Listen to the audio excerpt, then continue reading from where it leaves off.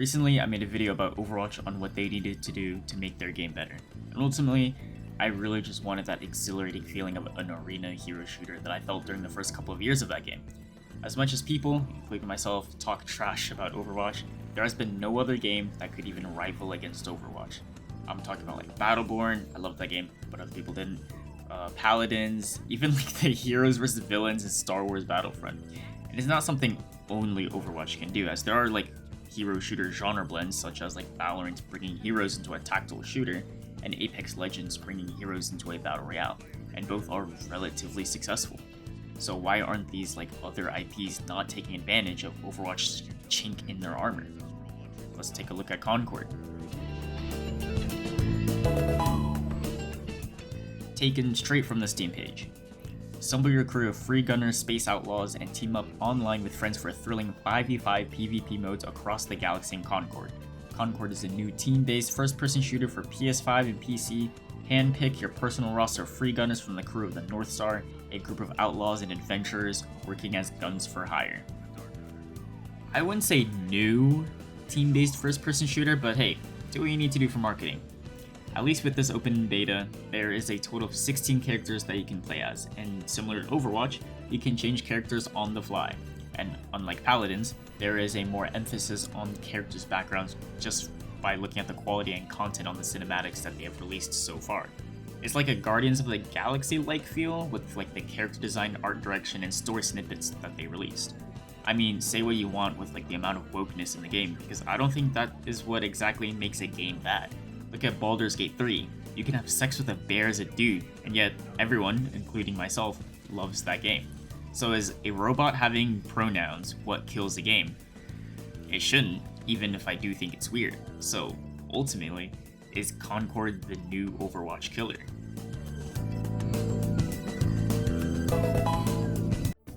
Just a reminder, this is from the open beta, so some things can be fixed at launch, but with the launch date looming close, I think this is as close to the final product as it can be. My big and first concern I had as soon as I loaded into a game was who I wanted to play as. There are 16 characters in this beta, and there really isn't anyone that I thought looked cool or interesting. Maybe I played too many anime games, and there's no hot girls, but in my opinion, they all look weird except for one. And so when you have a game that revolves around characters such as this one, it's important to have cool and interesting characters. And I hope there's going to be more characters at launch, because I think 16 characters for a game like this is too little. I finally picked my character, Haymar, because she had fire abilities, and I load into my first match. And it feels weird. The UI is jank, the HP bars are bigger than the character models, my own like equipment skills UI is massive. Some of like the important things like the minimap, the eliminations, and the feed are too small and should be bigger. The lack of like an announcer is really weird, especially when hero shooters are supposed to have like an arcadey feel, in my opinion. You need an announcer to relay certain information or even hype you up. Without the announcer, I felt like I was doing things blindly and the game just ended at unexpected times since I didn't know if I was winning or not. I need that satisfying feedback that you get when getting like double kills or triple kills. Like off the top of my head, like Overwatch, Halo, and Destiny have good announcers. And I always know when I did something good, or if as a team we are getting close to completing the objective.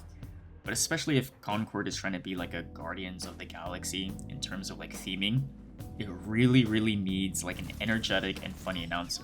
Get someone like Shax from Destiny and it would be perfect. The combat doesn't feel as crisp as I wanted it to be. It's similar to Paladins, to where the movement and shooting doesn't feel polished and up to the level of Overwatch. Paladins, gameplay-wise, is great and is honestly better than Overwatch, but the movement, the jumping, and certain abilities feel very choppy and stiff. And in Concord, a lot of the movement and abilities feel stiff. And I mean, it could be a skill issue, but double jumping, gliding, or whatever feels very weird and doesn't feel intuitive. Which is weird because like a game like Anthem that has you playing like Iron Man needs you to go into like jetpack mode and start zooming around would have a learning curve. Nope, after you do it the first time, it feels nice and it's never an issue. Trying to jump around in Concord feels like a nightmare. I have to stop thinking about playing the game to fight other people and I think, can I make that ledge? Then miss the ledge and slowly fall straight to the floor in shame.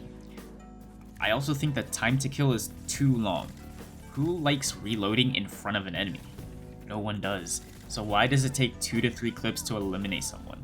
It sucks having a staring contest as you reload. It's awkward, it feels wrong, and it just sucks. Also, why does it kick me straight to character selection every time I die? Is the game purposely telling me to swap characters because I'm bad? I hate seeing that character select every single time. It's very demotivating, especially when all the characters are not great to look at.